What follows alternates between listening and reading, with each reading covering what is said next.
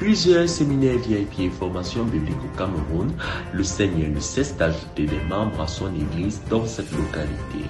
Convention nationale au Congo, l'évangile est prêché.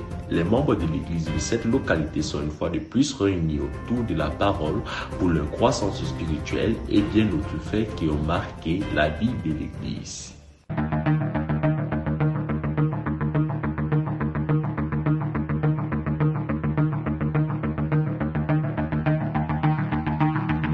La Convention internationale Lomé 2023 est rentrée dans l'histoire en laissant tous ses acquis et l'Église a repris son travail de tous les jours avec fougue. Après une légère accalmie, toutes les activités hebdomadaires ont repris. Ainsi, les cultes, écoles de base, séances de prière, QG et plusieurs autres activités se tiennent dans tous les districts. Plusieurs de ceux qui étaient sauvés à la Convention sont ajoutés. En témoigne le QG de reprise qui a rassemblé plus de 900 personnes et le boom dans les assemblées surtout de Lomé. J'ai suivi le séminaire du 8 juin passé au Palais des Congrès sous la direction de plusieurs enseignants. Avant, je n'étais pas du tout sauvé. J'étais vraiment égaré, loin de la vérité. Et c'est ce jour, le 8 juin, au Palais des Congrès, que j'ai été sauvé. Ensuite, j'ai été ajouté à l'Assemblée des sauvés de Togo 2000, dont je fais partie jusqu'à présent. Je suis joyeux d'être parmi les frères. Il y a une bonne entente entre nous, il y a une bonne fraternité et je suis très content que Dieu ait permis à ce que tout cela puisse être concrétisé. Alors, je suis très heureux d'être parmi eux. La coordination nationale du Togo a tenu sa première réunion post-convention. L'occasion pour le coordonnateur national, Jesse Nasiki, d'exhorter tous les membres à aller rapidement vers l'harmonisation du fonctionnement de l'Église en Afrique au travers de l'implémentation du document cadre. Nous sortons d'une convention où on a vu la grâce de Dieu se manifester, plus de 800 personnes sauvées, plus de 500 baptisés. Et rapidement, il fallait sortir de l'effet de transfiguration de ce grand programme qu'on a vu se tenir pour revenir dans la réalité, n'est-ce pas, à savoir les deux objectifs majeurs que le président Afrique a donnés sur l'évangélisation pour que 11 000 âmes soient sauvées et l'implémentation du document cadre dans tous les pays. Depuis janvier, beaucoup de travaux ont été faits au Togo pour l'implémentation du document dans le pays et cela a résulté à certaines décisions, même bien avant la convention et à la dernière réunion de la coordination, on a également mis l'emphase sur cela. Et on bénit le Seigneur pour ses œuvres qui nous donnent la grâce pour continuer dans cette même lancée. Au cours de cette même réunion, tous les responsables de l'Église au Togo ont reçu leur nouveau cahier de charges. Premier objectif, restructurer leur département sous le format proposé par le document cadre. Cette convention a redonné un nouvel élan à l'Église au Togo, tout vent, debout, pour répandre l'évangile du salut dans le pays.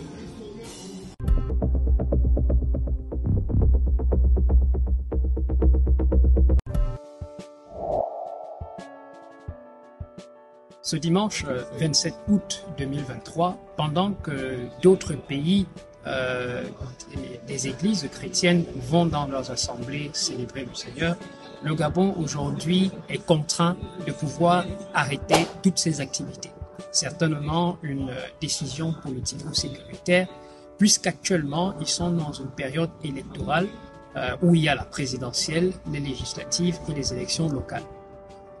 Ils ne pourront malheureusement pas aussi participer à des communions en ligne, étant donné que tout le Gabon, sur tout le territoire national, Internet est coupé aujourd'hui. Nous rappelons qu'en 2016, le Gabon a eu à connaître des faits similaires durant la même période où les Gabonais étaient astreints de pouvoir rester chez eux. Nos regards et nos prières s'adressent aux églises du Gabon en ce jour.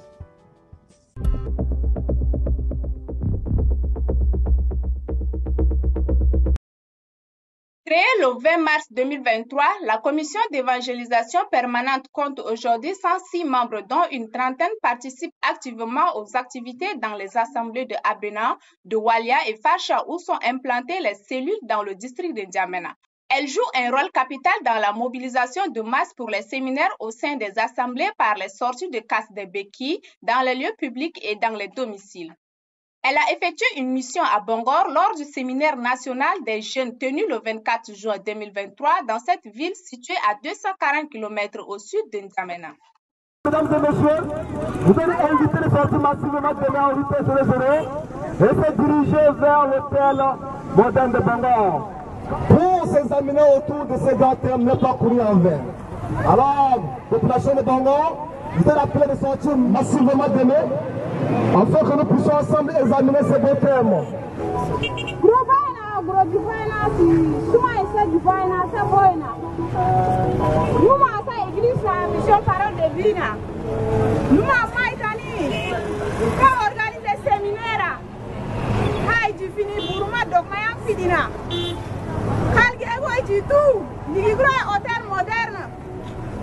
Elle a pu mobiliser pour la première fois un public nombreux à ce séminaire. Ces soldats de Jésus sont disponibles à tout moment pour la cause de l'Évangile.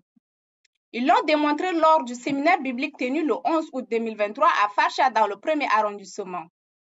La secte n'est pas seulement à N'Djamena, mais elle a des cellules actives dans les assemblées de Moundou et de Sar.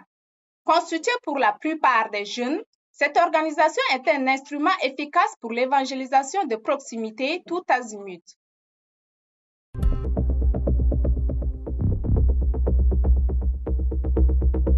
C'est par la présentation d'une comédie musicale qui retrace le thème de la convention qui est la véritable délivrance que démarre la Convention nationale Wesso 2023.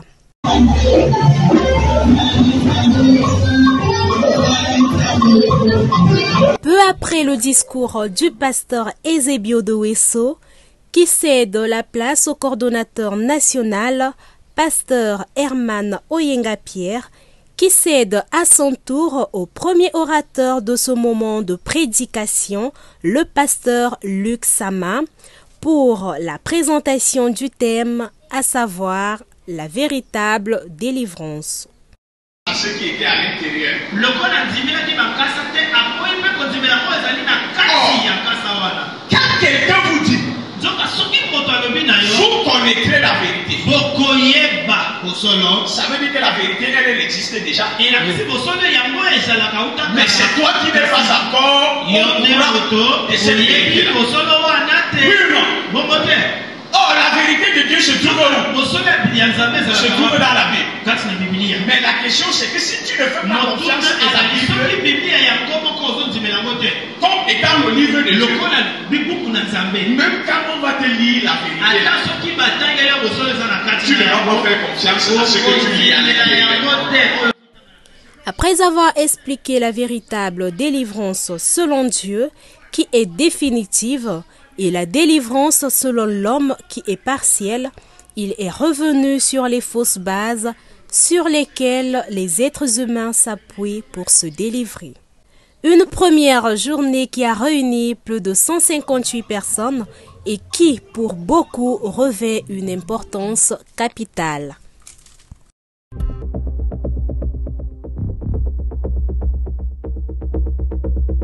Oui, on m'appelle Bosco Ngouziz, je suis coordinateur national du Burundi Life World Mission. La place où on nous a trouvé, c'est le siège du Burundi Life World Mission. Il se trouve dans le sud de la capitale économique de Bujumbura, en commune Muha, quartier Nyabugete, phase 4. Merci beaucoup. Est-ce qu'ici, y aurait-il une activité que vous êtes en train de préparer? Oui, nous nous sommes rencontrés avec les différentes commissions dans la convention internationale qui va débuter bientôt. Cette convention va se dérouler dans le mois d'octobre à partir du 13 au 21 2023. Merci beaucoup. Cette activité aura pour quel thème? Le thème sera le procès, comme la Bible dit, Osée 4, verset 1. Merci beaucoup. Qui sont les invités? Ce sont seulement les Burundais ou aussi ceux qui viendront d'ailleurs? Ah oui, bien sûr, comme je vous ai dit, la convention c'est international. Oh, merci beaucoup. Y aura-t-il des activités que vous avez déjà réalisées? Oui, nous avons obtenu les places qui peuvent habiliter cette convention. Nous nous préparons encore dans peu de jours tout cela mis en disponibilité. Merci beaucoup et merci pour le temps accordé. Je vais vous contacter s'il y aura lieu. Merci de nous avoir suivis. Merci à ceux qui nous suivent.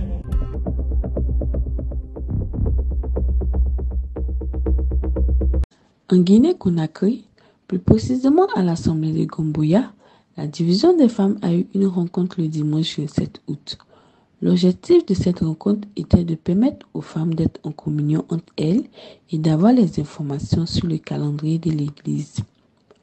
Le pasteur Jacob Biavogi viendra avec une exhortation consistant à rappeler à la femme sauvée combien elles sont importantes pour la croissance de l'Église dans cette partie du globe. Si le Seigneur m'a sauvé, qu'est-ce que moi je dois faire? Je ne fais pas ça parce que je vais récompenser le Seigneur, mais j'ai fait ça parce que je suis reconnaissant de ce que le Seigneur Jésus a fait pour moi. Alléluia. C'est pourquoi les femmes, elles sont obligées d'œuvrer ensemble au service de Dieu. Nous avons tenu une rencontre qui a regroupé plusieurs femmes qui ont effectué le déplacement et tout s'est bien passé. Nous avons présenté les ustensiles de cuisine que nous avons achetés pour les différents séminaires. Et nous avons parlé aussi d'un grand séminaire de femmes qui aura lieu le 23 septembre ici à Gomboya. Et puis nous aurons une rencontre à Mafraya à la date du 29 octobre 2023. Je vous remercie. Les moments ont rendu des actions de grâce au Seigneur pour ces moments chaleureux.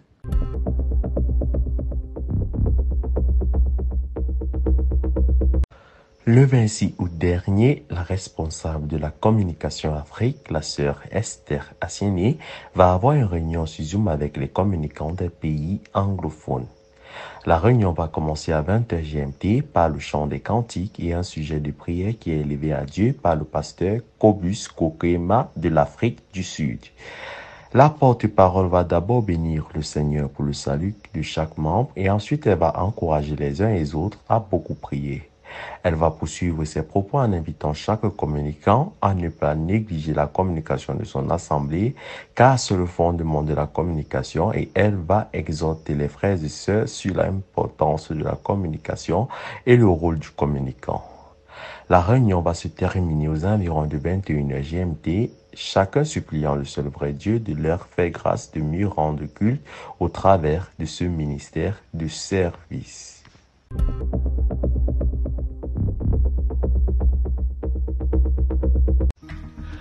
Nous sommes arrivés au thème de cette édition. Vous pouvez nous retrouver sur nos pages Facebook, TikTok, Instagram Africa Life One Mission, YouTube Adassa Production et sur notre site web www.reallyafricalifeworld.org. Votre fidélité nous honore et rendez-vous à la semaine prochaine.